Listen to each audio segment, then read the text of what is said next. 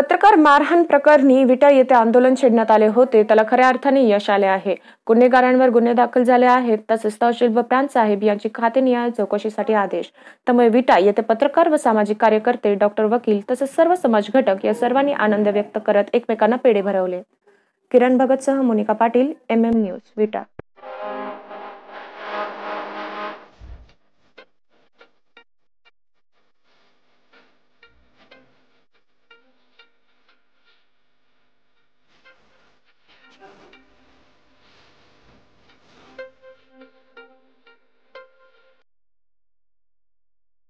दत्तावणगे चौकशीसाठी समिती तहसील ऑफिस कडेगावमध्ये हजर झालेला आहे. हा तुमचा खरोखर तर विजय आहे. मी पुन्हा एकदा तुम्हाला अजून एकदा सांगतो की तुमच्या लेखणीमध्ये फार ताकद आहे. तुम्ही इथे एखादा सर्वसामान्य एक माणूस जरी उपोषणाला किंवा आंदोलनाला बसला तर त्याला न्याय देण्यासाठी तुम्ही प्रत्येकानं त्याची बातमी लावा. तो काय मुद्दाम कोण बसत नाही आंदोलनाला, त्याला काहीतरी त्याचा अन्याय झाला म्हणून तो बसतो, तर त्याचा आवाज बनून तुम्ही येणाऱ्या काळामध्ये तुम्ही त्यांच्या बातम्या लावा. अशा लोकांना तुम्ही सपोर्ट करा.